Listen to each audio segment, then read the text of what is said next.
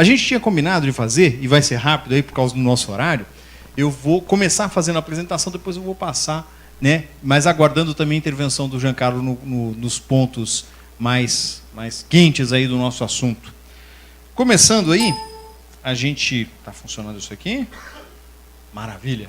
O nosso tema e a nossa divisão aí de tarefas. Critérios e procedimentos para a elaboração de perícias financeiras. E talvez talvez eu, né, não o Giancarlo, porque ele tem um brilho maior que o meu nessa área, mas talvez tenha vindo aqui muito pela consolidação de um assunto, que é perícia financeira, na última publicação que eu fiz, que é através da editora Senac. Então, é uma obra que há muito tempo a gente pretendia compor e construir, inclusive com algumas contribuições filosóficas do Giancarlo nas nossas discussões, de consolidar isso, e é uma obra, ainda um assunto pouco explorado no Brasil, do ponto de vista de publicações. A gente tem muitas obras sobre perícia contábil, né, boas obras, mas para as áreas específicas a gente ainda precisa evoluir, né? Então tem essa contribuição. Começando, como a gente vai falar hoje sobre os procedimentos, o roteiro de trabalho, pensando no ambiente de atuação dentro da perícia financeira, a gente vai falar de perito e vai falar de assistente técnico. Talvez ambos aí podemos contribuir um pouco com essa visão pelas funções que desempenhamos. Mas o assunto é a área financeira, o assunto é o volume de ações envolvendo as questões financeiras no Brasil. Então, a primeira reflexão, o primeiro aspecto que a gente coloca em debate é o tamanho disso no país. O setor bancário está listado na lista dos maiores demandantes do país. E se a gente pega a lista dos 100 maiores litigantes da Justiça, nas justiças estaduais, 25 são bancos. Dos 10 maiores litigantes, 6 são bancos. Há pouco tempo, o Giancarlo apresentou uma palestra, e aí, antes da palestra, um colega da área tributária, né, começava a brincar com ele, mas ainda tem essas discussões na Justiça? E aí, depois da brilhante apresentação que o Giancarlo fez, eu comentei com ela, Giancarlo, lá em Santa Catarina, por exemplo, tem varas especializadas na área financeira, dado o volume de ações. E aí os números falam mais do que qualquer outro dado, qualquer outra informação. São números concretos, são dados concretos, né? E tem também um estudo divulgado pelo próprio CNJ. Esses dados são todos dados coletados no Conselho Nacional de Justiça. Não é criação minha, nem em nenhum outro lugar. Dados confiáveis da indicação. Falando que tem estudos, né, estudos científicos, comprovando, apontando que o sistema de concessão e tomada de empréstimos no Brasil, crédito, né, é o responsável pelo aumento ou pelo volume de ações judiciais, de demandas judiciais na Justiça envolvendo essas operações creditícias, operações de crédito. Agora, quais são os assuntos em discussão na Justiça? A gente tem esse esse volume enorme de ações judiciais, mas que tipo de operação? Todas as operações possíveis que a gente tem de crédito, a gente encontra em demandas judiciais. Seja um cheque especial, abertura de crédito em conta corrente, empréstimos, financiamentos, a discussão do cartão de crédito, crédito imobiliário. A gente tem na Justiça algumas ondas, né? E durante um período, encontrei um dia desses com um colega que tem muito tempo de perícia, ele, Paulo, eu peguei a onda do crédito imobiliário, sistema financeiro de habitação, uma quantidade enorme de ações na Justiça, principalmente pegando a época da alta inflação, mas não que isso tenha acabado, isso continua, mas pegou uma onda. A gente também acompanhou a onda de ações discutindo leasing dólar, discussão lá da Max do dólar, também impactou na Justiça em volumes. Cartão de crédito, então, várias ondas, mas existe um volume em conjunto que envolve todas essas possíveis operações creditícias discutidas na Justiça. Agora, o que se discute nessas ações em cima dessas operações? Tudo que a gente pode imaginar das questões financeiras, né? Por isso que a gente talvez tente denominar esse ambiente como um ambiente da perícia financeira, ou contábil e financeira. Então, taxas de juros, limitação ou não, a forma, né, da definição da taxa de juros numa operação, índice de atualização, a gente falou, historicamente já teve a discussão do dólar, mas tem tantas outras discussões em cima de indexador, né? O índice eleito, se é válido, se não é válido, a alteração desse indexador, a incidência da taxa de juros, historicamente a discussão a respeito do sistema simples ou composto, juros simples, juros compostos, né? E aí profissionais que vão para diversos caminhos, né? A gente tem um colega que ele defende até a legalidade de uma situação ou não, coisa que eu imagino que foge do âmbito da perícia, porque a perícia não vai discutir legalidade ou não, se acontece ou não acontece, né? O cálculo, a demonstração. Forma de cálculo, sistema de amortização. A gente fala em operações de crédito, muitos, né, com sistemas de amortização, tem uma discussão histórica no Brasil, parece em alguns momentos consolidada, em alguns tribunais consolidada, em outros não, da discussão a respeito da aplicação dos sistemas. E ainda os encargos moratórios, juros de mora, multa, comissão de permanência, atualização monetária, composição desses encargos, limitação desses encargos, né? E há outros elementos, mas a gente colocou os principais. Então a gente tem uma noção, uma ideia dos tipos, né, Giancarlo, e os assuntos debatidos. Agora, o nosso assunto, mais do que falar sobre o que tem da área financeira em debate na justiça, é pensar no profissional atuando e como funciona o roteiro, o desenvolvimento da atividade. Missão aí dividida entre nós dois, né, Giancarlo, falar das funções. Eu vou me dedicar, mas não vou me dedicar só a um assunto, vou brincar com o Giancarlo, vocês vão ver isso aqui, eu vou homenageá-lo hoje objetivamente numa condição. Mas, tradicionalmente, a gente conhece a perícia e entende a perícia sendo realizada por dois tipos de profissionais ou duas funções profissionais, porque a legislação não fala em profissão, mas em função profissional. A função do perito e a função do assistente técnico. E aí, a forma de atuação desses profissionais também se diferencia por necessidades para o qual ou as quais chamou o profissional para cada situação. O perito judicial ele pode atuar num processo, e num processo envolvendo uma questão financeira, seja para esclarecimento de dúvidas pontuais, né, com base nas quais o juiz vai conseguir formar sua convicção e decidir. Ou o juiz já decidiu, já existe uma sentença, uma decisão, um acórdão, algo que indica a necessidade do chamado daquele perito para liquidar a sentença, para calcular, para apurar um resultado. Para esses dois caminhos, essas duas vertentes, é relevante, é importante, é essencial a presença de um perito, envolvendo questões financeiras. E também a função do assistente técnico, né? Tanto para acompanhar o trabalho pericial e para emitir pareceres técnicos, concordando ou discordando, é um ambiente aí para discussão, ou para outros ambientes, que aí eu vou passar essa experiência, essa discussão de experiência, de outras vertentes de atuação profissional, que não são as vertentes tradicionais do perito acompanhando o assistente técnico. Tem várias possibilidades, né? Ainda pouco exploradas no Brasil, ainda pouco discutidas no Brasil, mas dentro da nossa divisão de tarefas aqui, eu vou passar especialmente essa observação para o Giancarlo. Então, ambiente profissional, as áreas de atuação de perito e assistente estão aí devidamente contempladas. Queria comentar alguma coisa, Giancarlo? O Giancarlo ele não gosta da minha nomenclatura, eu já vou brincar com ele aqui.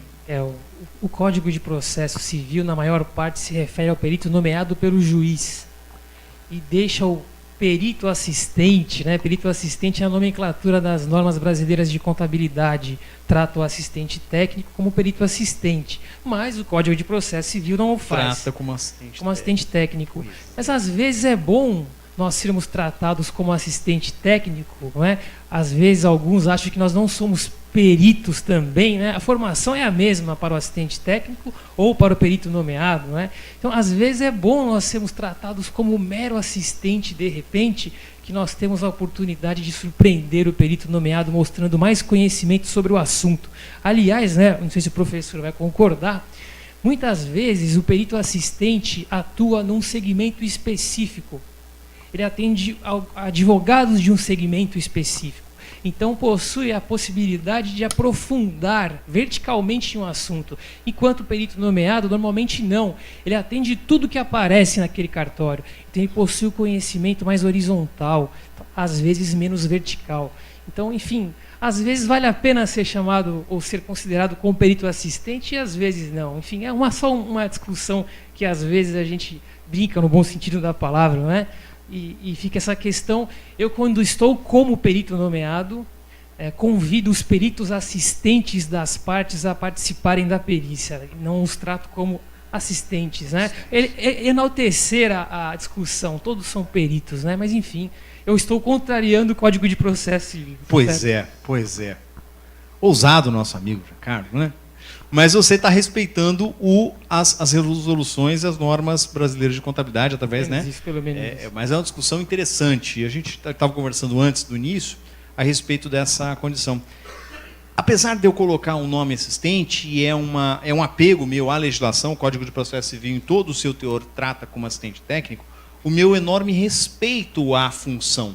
O Giancarlo tocou num ponto muito interessante. É uma discussão urgente, uma discussão atual, da necessidade de especialização profissionais, seja para peritos, seja para assistentes técnicos, né? E o Giancarlo está defendendo muito, e com vigor, aquilo que ele acredita, que ele vivencia, da especialização profissional. Ele se especializou nessa área. Ele é um grande profissional da área financeira em específico. E aí a gente encontra, sem dúvida, ele e outros grandes exemplos no Brasil de profissionais que se especializam e vão saber, provavelmente, numa perícia, muito mais do que talvez aquele perito que, se for um perito generalista, não conhece minudências, detalhes específicos da área de atuação. Obrigado pela sua contribuição, Giancarlo. Perícia financeira. O nosso desafio, e aí a gente pode brincar com essa história. O que é necessário para um profissional atuando em perícia financeira ou que pretende atuar em perícia financeira? Não só uma competência, não só um conhecimento, mas dois.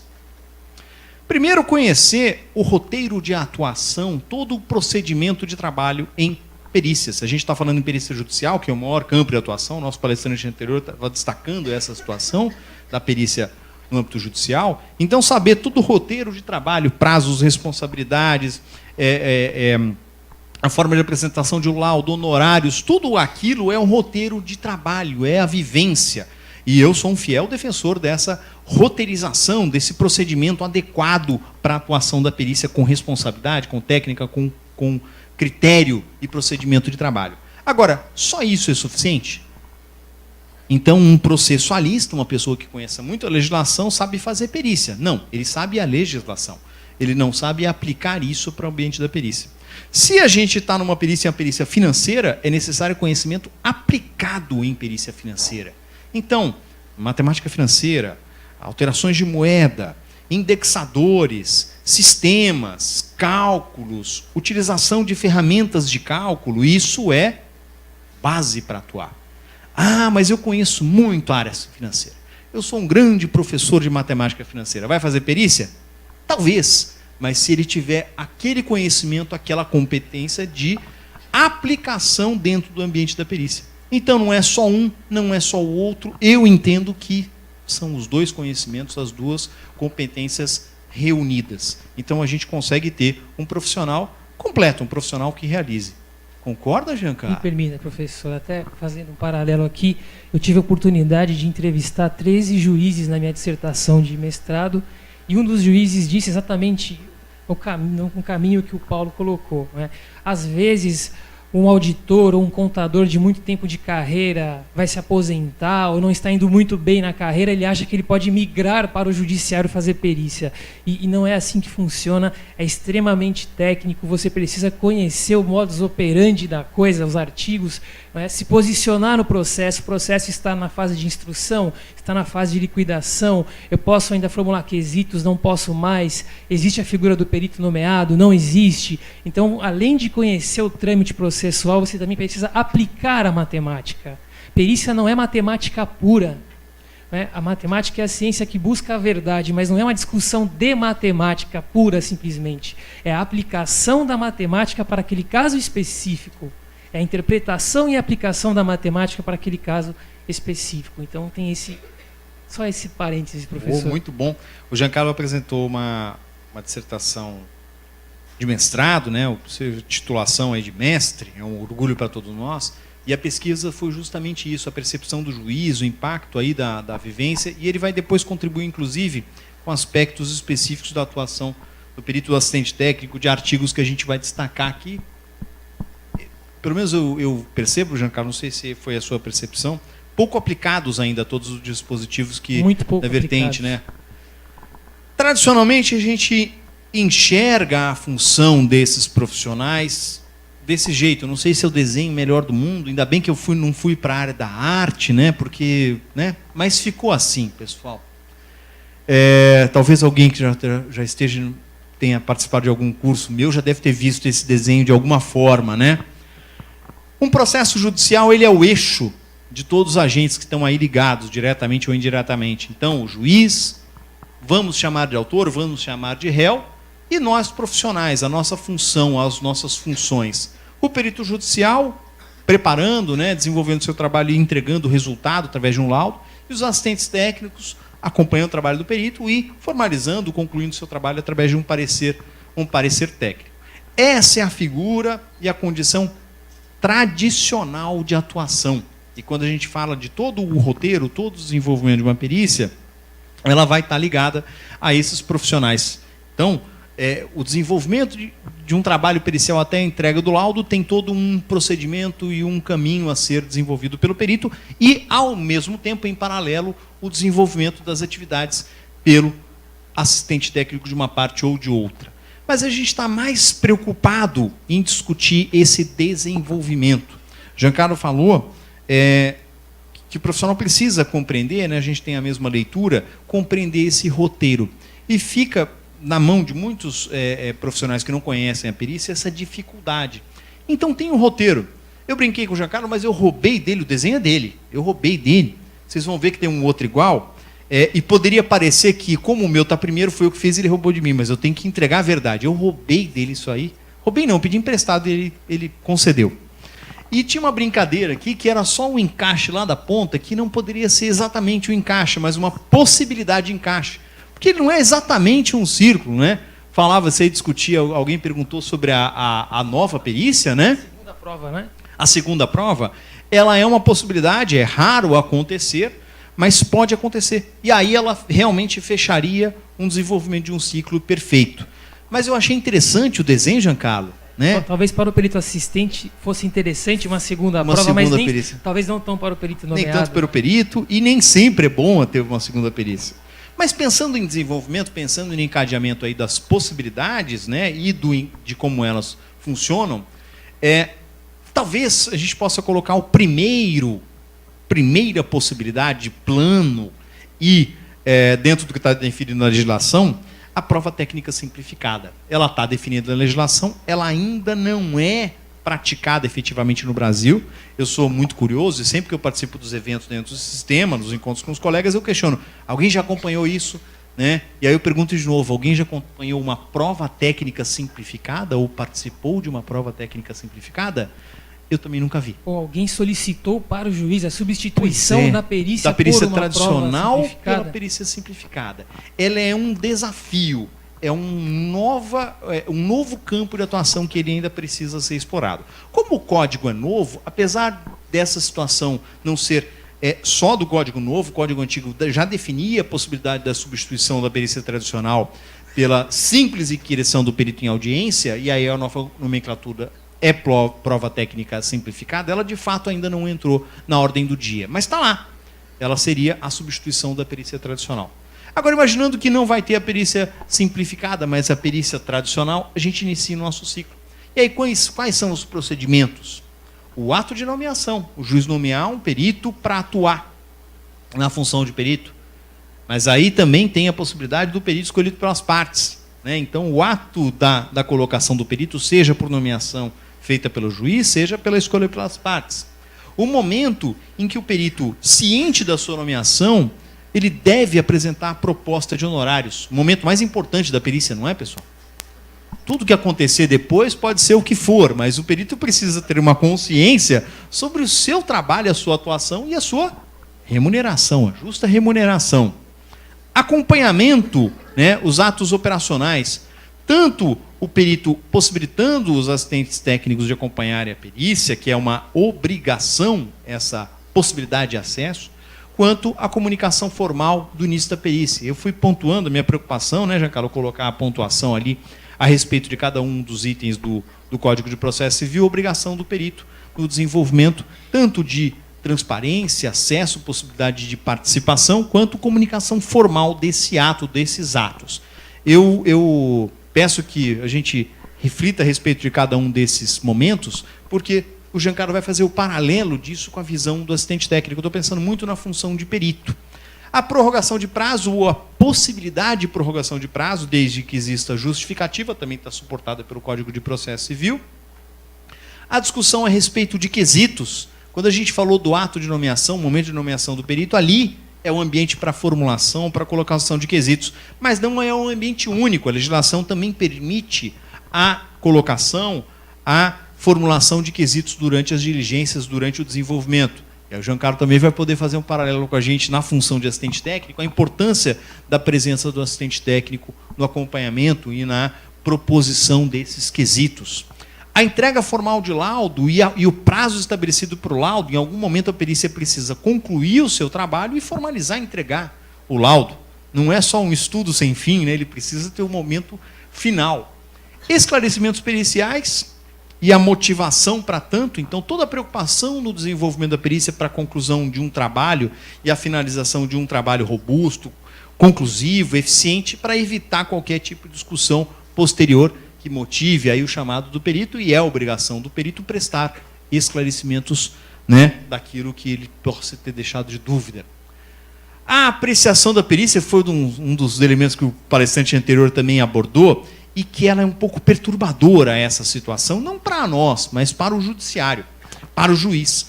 Porque no Código de 73, a apreciação da prova pelo juiz, ele não tinha necessidade de justificar o porquê da sua formação de convicção e qual o caminho de prova.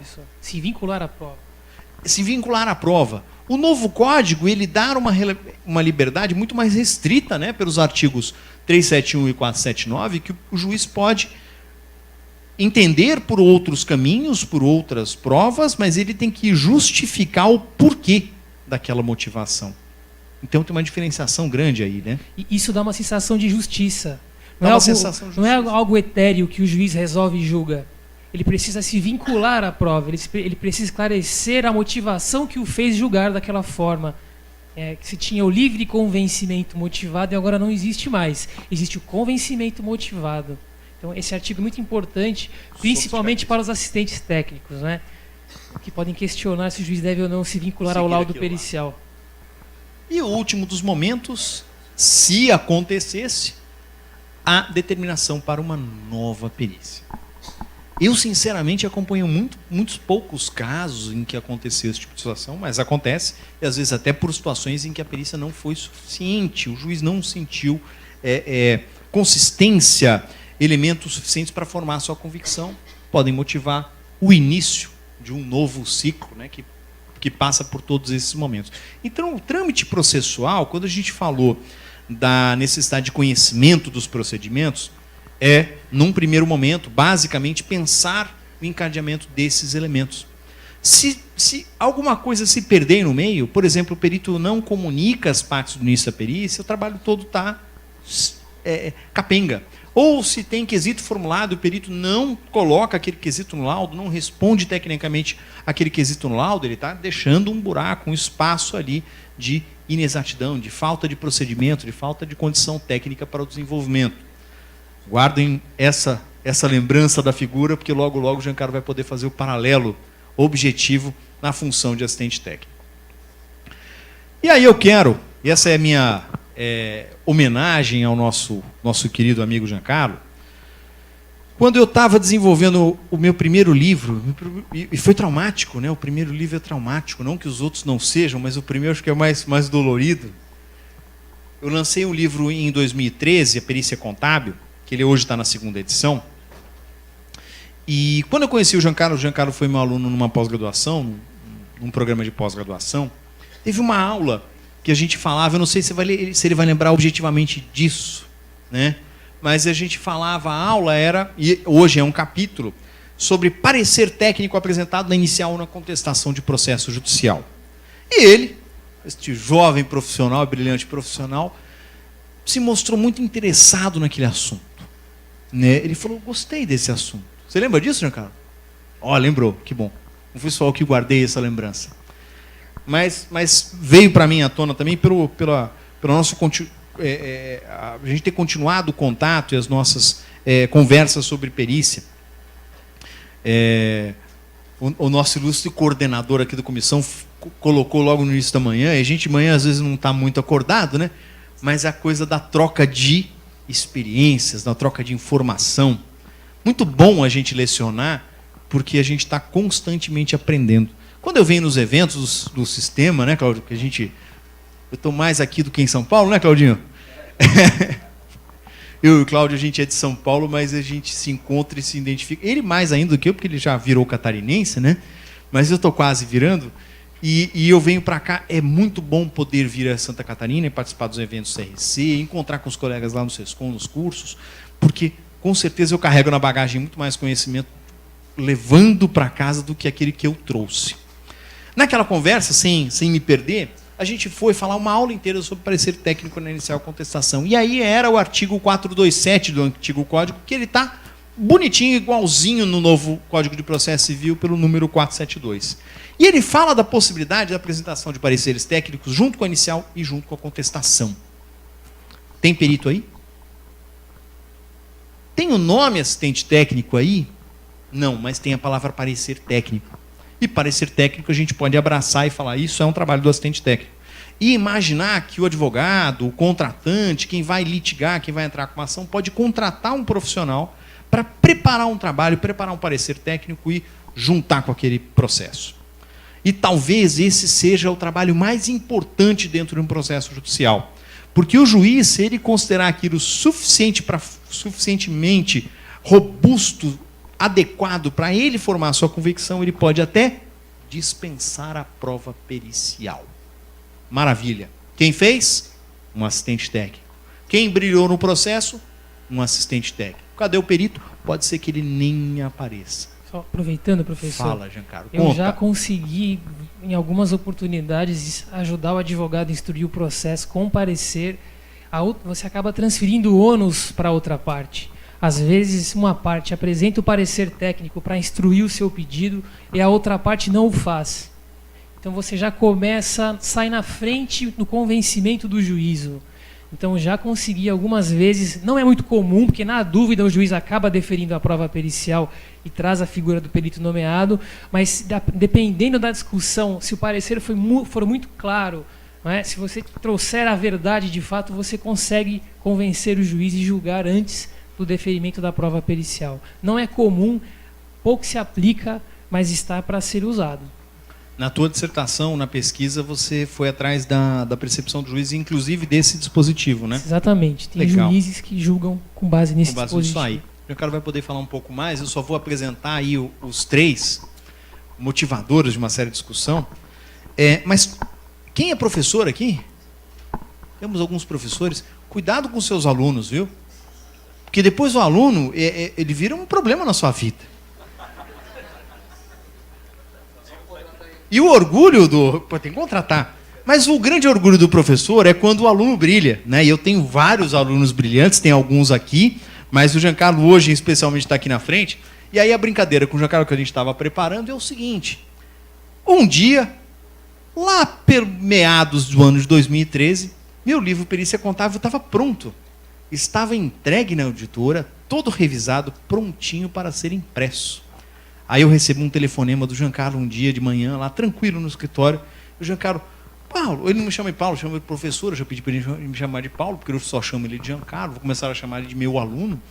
O Giancarlo me ligou e falou, Paulo, professor, você já leu o artigo 285B do Código de Processo Civil? Era de manhã, né, Cláudio? Eu não tinha tomado aquele café reforçado. Como assim, 285B? Que número é esse?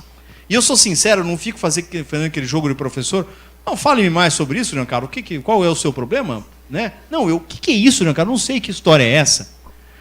Não, veja bem, tem um artigo novo no Código de Processo Civil. Aí eu falei, epa, vamos lá. E é esse dispositivo que está renovado no Código de 2015, que entrou em vigor no ano passado, em 2016. Ele era o 285B e depois ele foi recolocado nessa condição. E aí, alguém vê a palavra perito aí? Não. Assistente técnico? Não. Laudo? Não. Parecer? Aí a gente está de manhã, abre o artigo lá, entra na ferramenta de pesquisa, planalto.gov, entra lá, Código de Processo Civil, por o 285B, ainda está com sono e fala, o que tem a ver aí? Parecer? Eu não estou vendo. Ele, Paulo, lê com calma. Aí está lá escrito que nas ações que tem objeto a revisão de obrigação decorrente de empréstimo, financiamento, e naquele dispositivo falava em arrendamento mercantil, o autor terá, não é pode, ele é obrigado a, sob pena de inépcia, discriminar na petição as obrigações contratuais que pretende controverter, quantificando o valor incontroverso do débito. Temos advogados aqui hoje, pessoal? Algum advogado? Baixa a mão, Ezequiel. Você é contador. Não vem com história aqui, não. Coitado do advogado que entra com uma ação revisional de empréstimo porque ele precisa quantificar o valor incontroverso. Missão para quem? Nós. Vamos calcular, né, pessoal? A gente faz isso muito direitinho, não é? Somos preparados para isso. E a percepção do Giancarlo foi exatamente essa. Isto é uma oportunidade profissional, é um campo de atuação obrigatório. E ele vai falar um pouquinho mais, né? Porque não fala que o autor poderá apresentar um cálculo. Não, ele é obrigado a apresentar um cálculo, na inicial ou na contestação. E eu, logo no começo, ou melhor, naquele dia foi um dia dramático, porque ele me trouxe esse presente bomba, né? E eu corria para ligar para a minha editora e falar, já imprimiu o livro? Não, está para imprimir. Você pode me segurar meia hora, pelo amor de Deus, para montar um parágrafo, te mandar e colocar ela. Não vai mudar a paginação? Não, eu prometo que não vai mudar a paginação. Então manda, Paulo. Aí eu sentei lá, preparei, e na primeira edição do livro Perícia Contábil já saiu contemplada a indicação desse dispositivo, na verdade o 285B, e aí continua. E para um outro professor do Giancarlo, uma vez ele veio para cima de mim falar do artigo 285B, porque não sei o que do artigo 285B, e eu tive que brincar com ele. Você sabe quem é, Giancarlo? Eu brinquei e falei, pois é, professor, o meu livro Perícia Contábil foi a primeira publicação no Brasil que tratou do artigo 285B. Seu professor. O outro, não eu. Mas ele veio assim, eu falei, poxa, que bom que o Giancarlo me ligou aquele dia de manhã, né? Eu consegui colocar isso lá. Obrigado, Giancarlo, muito obrigado. Mas isso aqui é algo que impulsionou vários dos projetos do Giancarlo, ele vai poder falar. E aí o Giancarlo traz mais um presente para mim. Estou devendo um monte de coisa para o Giancarlo. O outro presente que ele me trouxe é esse aqui. O artigo 917 do novo Código de Processo Civil, que ele coloca objetivamente a coisa do demonstrativo discriminado, atualizado do cálculo. Coitado do advogado que tem que calcular. Não tem. Ele tem profissionais disponíveis, preparados para isso. E ele fala lá na situação dos embargos de execução. Então tem uma execução. Legal, alguém vai fazer um embargo de execução. Ela não concorda com a execução.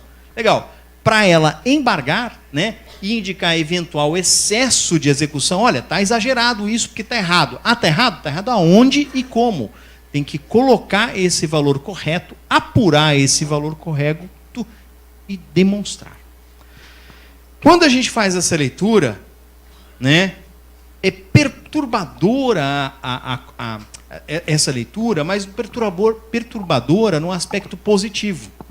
Porque nessas nossas conversas, e tantas conversas que os profissionais têm em todo o Brasil, quando a gente fala de perícia, das atuações, a gente começa a enxergar que não só mas tem algumas possibilidades não tradicionais, não tão exploradas da perícia para a atuação de assistentes técnicos. Então, o assistente técnico acompanha o trabalho do perito? Acompanha. Só tem isso para o assistente técnico fazendo um processo? Não. Tem várias outras funções e necessidades, talvez iniciadas, né, Giancarlo, no artigo 427, que fala de parecer técnico na inicial contestação, mas não para por aí, né? Tem 3 exemplos aí que colocam a função do assistente técnico e outros momentos de atuação relevantes. e eu quase passando integralmente a palavra para você, porque eu não consigo ficar totalmente quieto, né? Mas quase passando integralmente, vou te passar isso aqui para você conseguir conduzir para frente e para trás. Os próximos slides, o Giancarlo já consegue passar para nós uma visão objetiva da necessidade e da função desses três, né?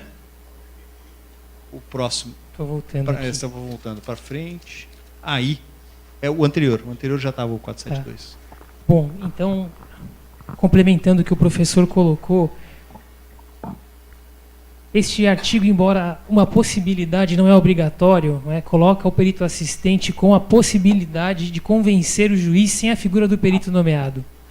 Então, tanto num pedido revisional, né, quero rever algo, ou num pedido ativo, quero cobrar algo, em qualquer trâmite processual, no início, na contestação, o perito assistente, o contador, pode se oferecer para o seu cliente. Né? Às vezes é comum, escritórios de contabilidade, tem clientes que têm um problema judicial e ainda não se ativeram para isso. Às vezes o próprio contador, obviamente se qualificando, poderia atender o seu cliente que tem um problema judicial, ajudando, auxiliando o advogado a, no início, já buscar convencer o juiz, no início do processo, na instrução processual. O contador, o perito assistente, não serve só para liquidar a decisão, para dar o valor final do processo. Ele pode vir e auxiliar já no início do processo. Então, é o que diz o artigo 472.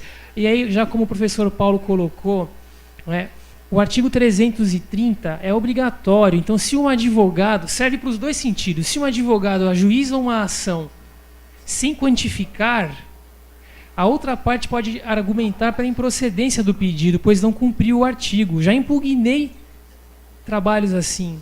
Não é? O advogado me procura no escritório, às vezes o advogado da outra parte vai lá na internet, bota uma planilha simplesinha lá, não é? Dizendo que cumpriu o artigo 330, parágrafo 2º.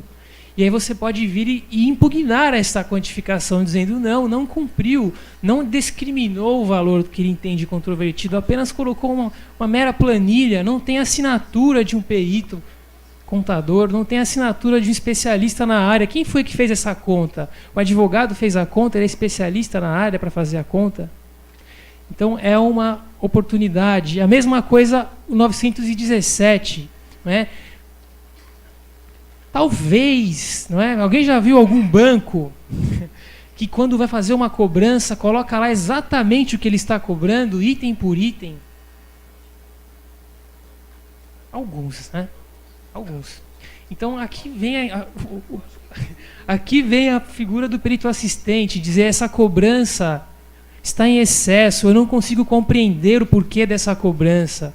Eu quero entender o porquê desse valor, então eu vou impugnar a execução.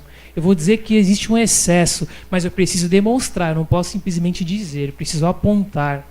Muitas vezes o banco vem com um demonstrativo muito resumido, e até para o especialista você não consegue compreender. Então você vai dizer, eu não entendo essa execução.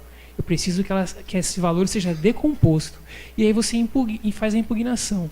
Então são 3 possibilidades de atuação para o perito, contador, assistente ou para o assistente técnico, independente da figura do perito nomeado.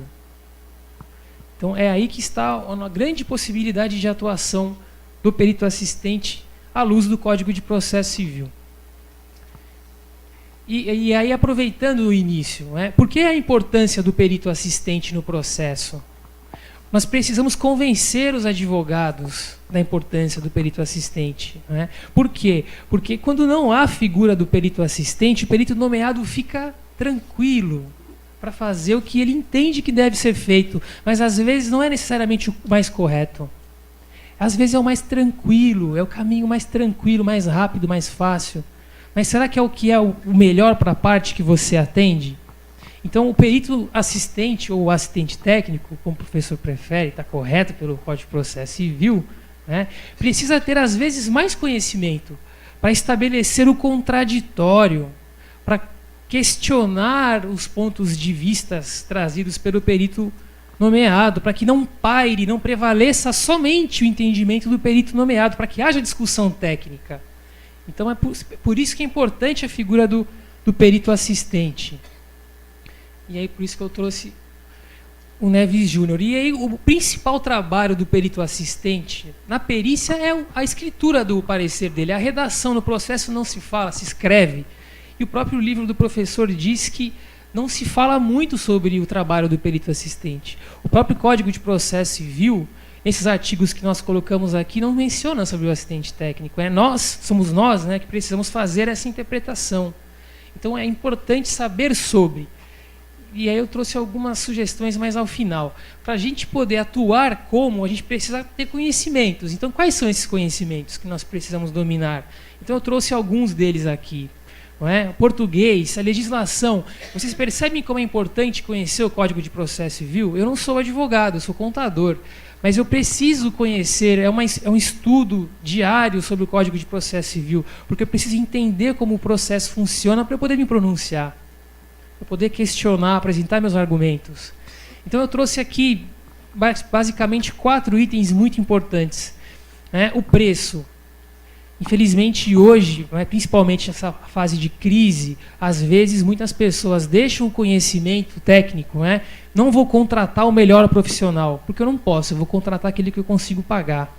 Então, hoje o preço é muito importante para você atuar como perito assistente, como assistente técnico. O prazo, não adianta você ter um preço bom se você não entrega o trabalho. E esse é o grande problema do perito assistente, do assistente técnico. Normalmente, os advogados chegam na última hora lá para você fazer a sua manifestação. Então, também esse é um problema. Conhecimento vem depois desses 2 pontos. Por incrível que pareça, é o que a prática apresenta. Você precisa ter conhecimento e você precisa ter honestidade. Não adianta você ter os 3 anteriores e o cliente, você não ter a confiança do seu cliente. Não é? Então, esses seriam os 4 pontos principais que eu coloco aqui. E aqui eu trouxe algumas outras acuidades, como eu coloquei, que algumas são pessoais e outras são técnicas, mas ambas são importantes. Como o professor Paulo colocou, matemática financeira, matemática é a ciência que busca a verdade. Pela matemática você comprova uma coisa ou outra, não tem como fugir, é matemático, tá certo? Então você precisa dominar a matemática financeira, que foram os conhecimentos que o professor Paulo colocou no início da apresentação. Você precisa saber quais são as operações de crédito. Qual a instituição financeira, como ela capta o recurso que ela vende numa operação de crédito? De onde vem esse recurso? É caderneta de poupança? É CDI? É depósito em conta comercial? Como é que ela capta o dinheiro? Você precisa compreender essa sistemática da captação e reposição do recurso para você poder questionar se está sendo remunerado corretamente. Você precisa dominar o Excel, não tem jeito, não dá mais para fazer perícia hoje com calculadora. Certo?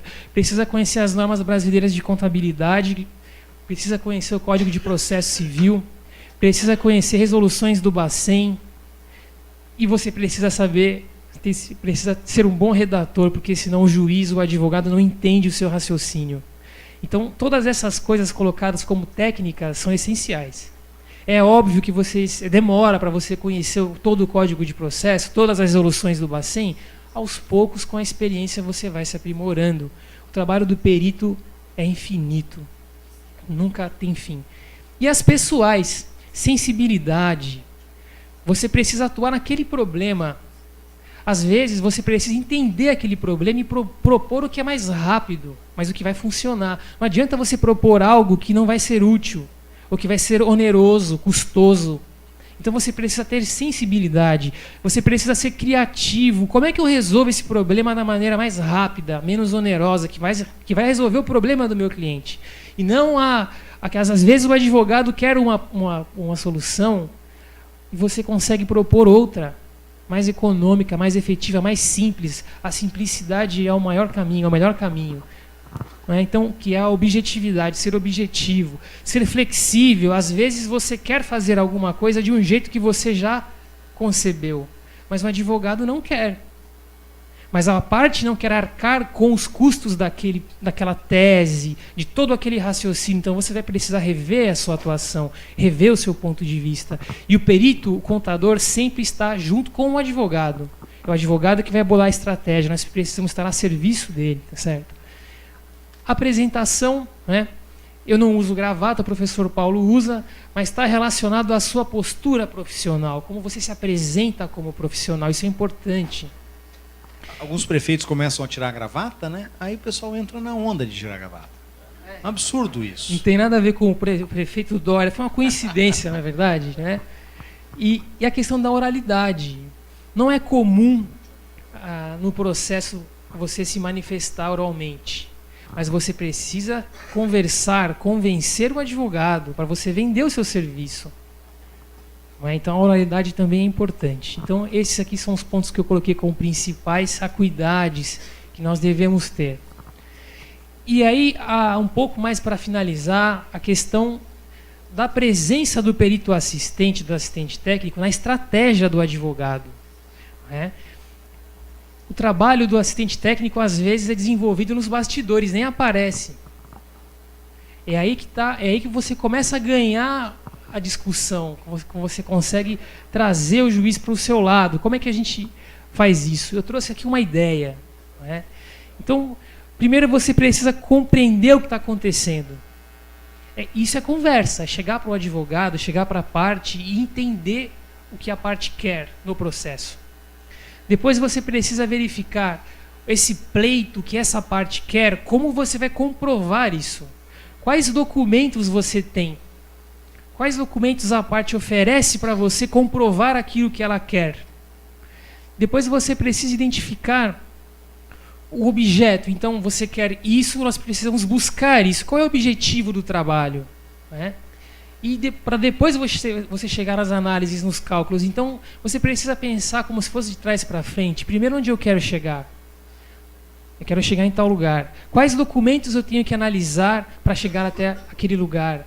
Quais etapas de trabalho eu tenho que desenvolver para chegar até lá? Então, eu trouxe aqui uma ideia de raciocínio para chegar ao final no que seria o parecer técnico, no que seriam os cálculos, as análises. Então tem todo esse caminho para a gente chegar até lá. E aí eu faço o meu paralelo. Né? Na verdade aqui, o que eu entendo importante é você compreender como o perito assistente, como você na função de perito assistente, como você se locomove no processo. Como eu me locomovo no processo? Está aqui. Então, por exemplo, por que não sugerir ao advogado que você atende, tá certo? De propor uma prova simplificada em substituição da perícia? Por que não propor? Deve-se propor. Não é? O máximo que vai acontecer é o juiz falar, não, mas por que não propor? Por que já não indicar o especialista, o perito assistente, para fazer a prova simplificada? Então seria o primeiro passo. Os quesitos. O quesito precisa ser formulado de uma forma que o perito judicial não tenha como responder aquilo que você quer como resposta. Você não faz uma pergunta aberta para o perito nomeado responder o que ele quiser responder. Você faz uma afirmação em forma de pergunta. Você coloca a pergunta de um jeito, já sabendo a resposta que você pretende obter. Se você não sabe a resposta, não faça a pergunta. Esse é um quesito bem formulado. Você engessa o perito judicial a responder aquilo que você pretende. Depois vem a questão do planejamento. Peça para o perito nomeado o planejamento da perícia. Quando que o senhor pretende entregar o laudo? Quando que o senhor pretende buscar os documentos? Fique em cima do perito nomeado. Não deixe ele à vontade para fazer o trabalho dele. Seja meticuloso. Nas diligências, acompanhe as diligências. O perito precisa iniciar o trabalho pericial, iniciar a perícia. Já impugnei vários laudos periciais, porque o perito nomeado não avisou do início da perícia. Se o perito nomeado não avisa o início da perícia, ele impede que a parte faça quesitos suplementares. Ou seja, ele vai contra a lei. Ele poda, ele não deixa a parte se manifestar. Já consegui impugnar laudos por conta disso. Então acompanhe o início da perícia, peça para o perito avisar o início. As contribuições, o perito assistente pode apresentar um laudo, o parecer prévio para o perito nomeado. Eu posso oferecer talvez um texto técnico com sugestões para as respostas aos quesitos. Por que não? não é? Eu coloco a minha opinião técnica de antemão para o conhecimento do perito nomeado. É óbvio que ele pode ou não se vincular a isso. Na verdade, ele é o perito nomeado, ele tem autonomia. Mas eu, como perito assistente, posso fazer um parecer prévio. É o que diz a norma. Para já preparar, se for o caso, quesitos suplementares, para já antecipar as críticas ao laudo pericial, para solicitar os esclarecimentos, está tudo encaminhado, tá certo? E como o professor Paulo colocou, nem sempre o juiz está vinculado ao laudo pericial, ele pode sim vincular aos pareceres das partes, os pareceres técnicos dos peritos assistentes também.